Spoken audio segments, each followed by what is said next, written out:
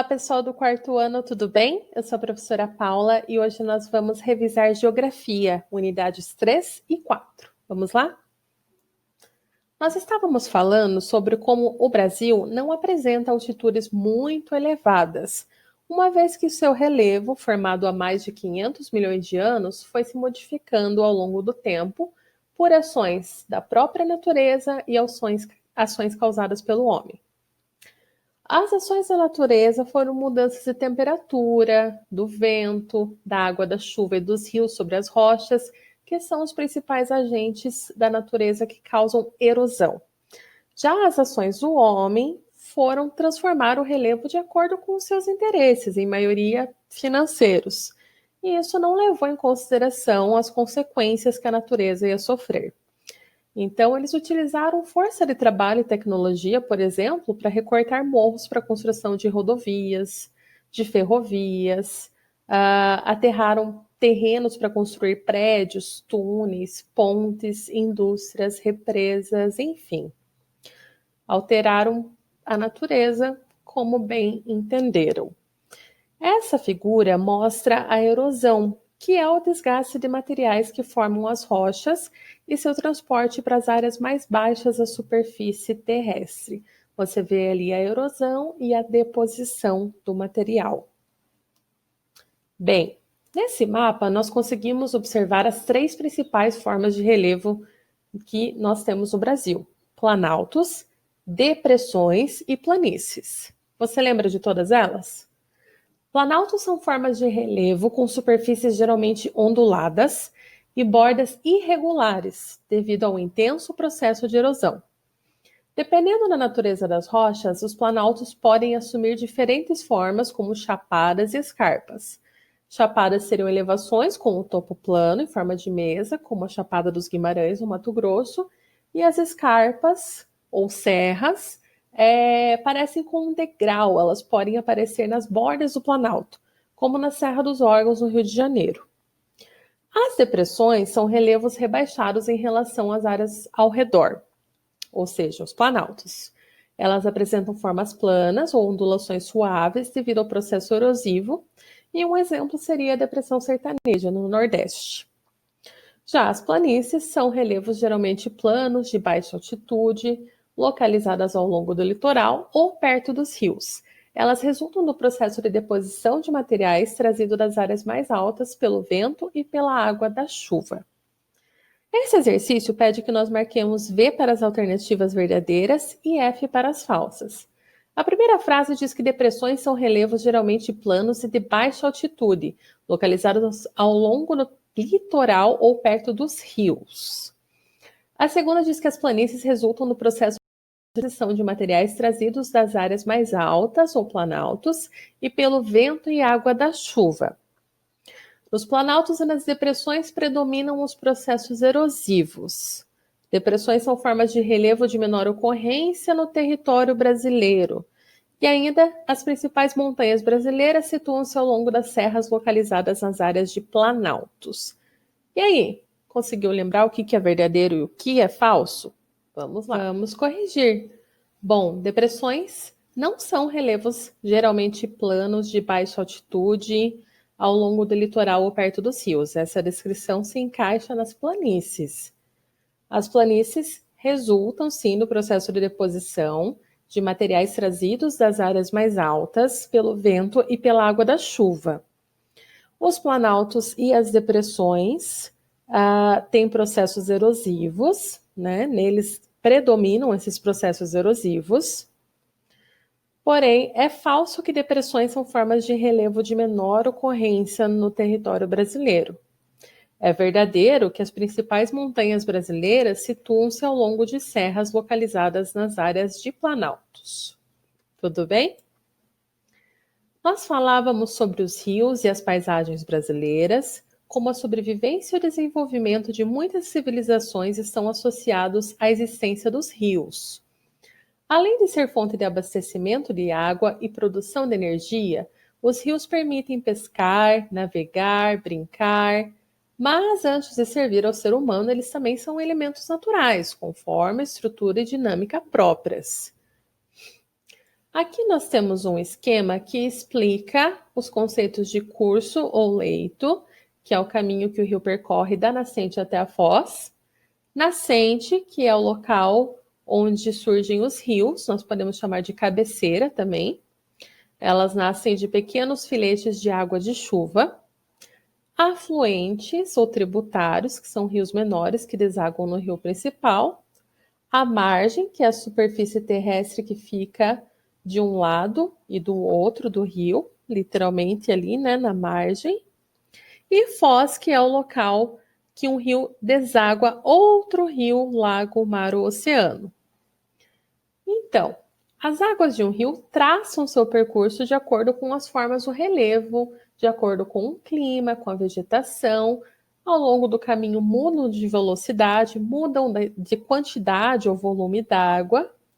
A largura e a profundidade também mudam nesses percursos, já que alguns trechos o rio se torna mais largo, em outros mais estreito, mais raso ou mais fundo. E assim o rio segue, né, deixando seu caminho nas paisagens brasileiras. Então vamos à correção. O lugar onde o rio nasce é a nascente, como o próprio nome diz. O caminho que o rio percorre da nascente até a foz é o leito. Terras que ficam dos dois lados do rio são as margens. O lugar onde o rio lança suas águas é a foz. Rios menores que desaguam no rio principal são afluentes. E curvas formadas por um rio no percurso se chamam meandros. Conseguiu lembrar de tudo isso? Aqui nós temos um exercício que pede que você complete as frases com as palavras do quadro. Nós temos aqui planalto, perenes, temporários e planície. Os rios de têm curso mais lento e são favoráveis à navegação.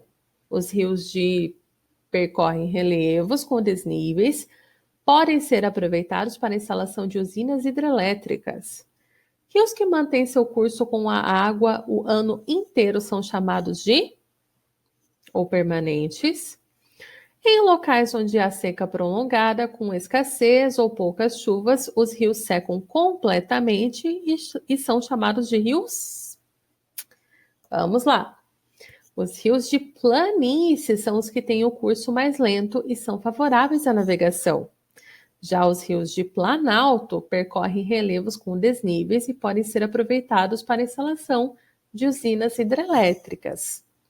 Rios que mantêm seu curso com água o ano inteiro são chamados de perenes ou permanentes. E em locais onde há seca prolongada, com escassez ou poucas chuvas, os rios secam completamente e são chamados de temporários. Tudo bem? Nós havíamos comentado sobre o tempo atmosférico e o clima. Nós estudamos que o tempo atmosférico é o estado momentâneo do ar em determinados lugares da superfície da Terra. Ele pode variar no decorrer da semana, do mês ou de um único dia. E os meteorologistas usam o termo previsão do tempo justamente porque o comportamento da atmosfera está sujeito a instabilidades em um mesmo dia.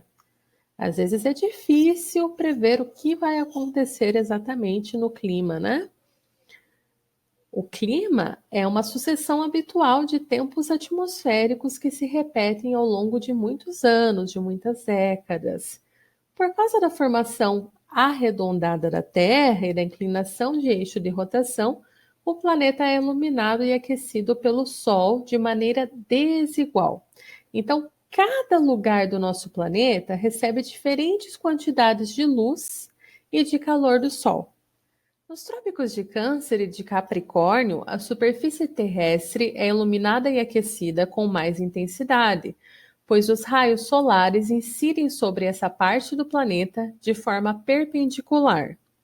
Dos trópicos até as zonas polares, onde os raios solares incidem de forma inclinada, a superfície terrestre é iluminada e aquecida com menos intensidade.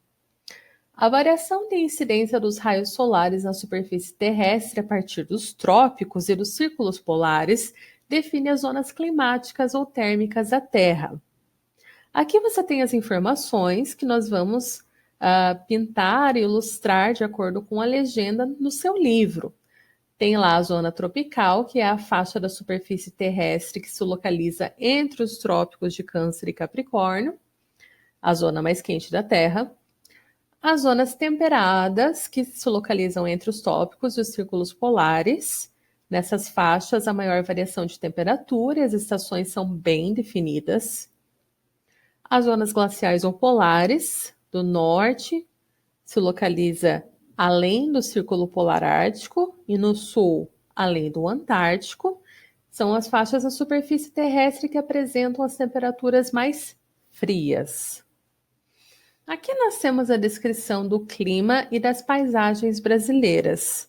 O clima equatorial semiúmido é quente, apresenta períodos em que as chuvas não são tão abundantes como no clima equatorial úmido e está presente no Pará, Roraima e Amazonas. O equatorial úmido é quente e úmido, com temperaturas elevadas, chuvas abundantes durante quase todo o ano e é predominante no norte. O tropical semiárido apresenta temperaturas elevadas e escassez de chuvas, que ocorrem em um curto período do ano. As unidades político-administrativas nas quais esse tipo de clima predomina têm longos períodos de seca.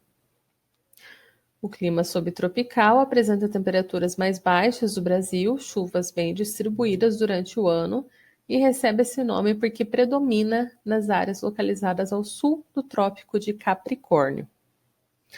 O clima tropical tem temperaturas elevadas durante todo o ano e duas estações definidas: inverno seco, de maio até setembro, e o verão chuvoso, de outubro até abril. Já o clima tropical de altitude apresenta temperaturas baixas e chuvas mal distribuídas durante o ano. Ocorre em Minas, São Paulo, Mato Grosso do Sul, Paraná e áreas de altitude elevada. Como vocês podem perceber, é uma variedade climática enorme no Brasil. Bom, encarando esses diversos tipos de clima e cada um deles com características próprias, nós vamos desembaralhar os elementos atmosféricos, ok? Que são o que definem, né, essas características de cada tipo de clima. Vamos lá, você consegue me dizer quais são esses elementos atmosféricos? Vamos lá. Temperatura, umidade, precipitação, pressão atmosférica e vento. Não foi tão difícil, né? Aqui nós temos um exercício com fotos do Cerrado em Alto do Paraíso, em Goiás, da Floresta Amazônica, no Amazonas, Campos em Rosário do Sul, no Rio Grande do Sul, e a Caatinga em Canudos, na Bahia. Eu quero que você associe os climas a esses lugares. Nós temos o clima equatorial, o clima tropical semiárido, o clima tropical e o clima subtropical. E aí, o que você me diz? Bom, vamos lá. O clima equatorial é da floresta amazônica, em Barcelos, Amazonas. Essa foto foi tirada em 2018 e representa esse clima equatorial. O clima tropical semiárido, representado aqui no Cerrado, em Alto Paraíso, em Goiás. Já o clima tropical está representado na Caatinga, em Canudos, na Bahia. E o subtropical em Campos, em Rosário do Sul, no Rio Grande do Sul. Tudo bem? Alguma surpresa? Eu espero que essa breve revisão te ajude a relembrar alguns conceitos, mas nada como alguns estudos, algumas observações nas páginas do nosso livro, para te ajudarem a relembrar de tudo isso, dessa gama enorme, né, de tipos de classificações climáticas no Brasil. Bons estudos!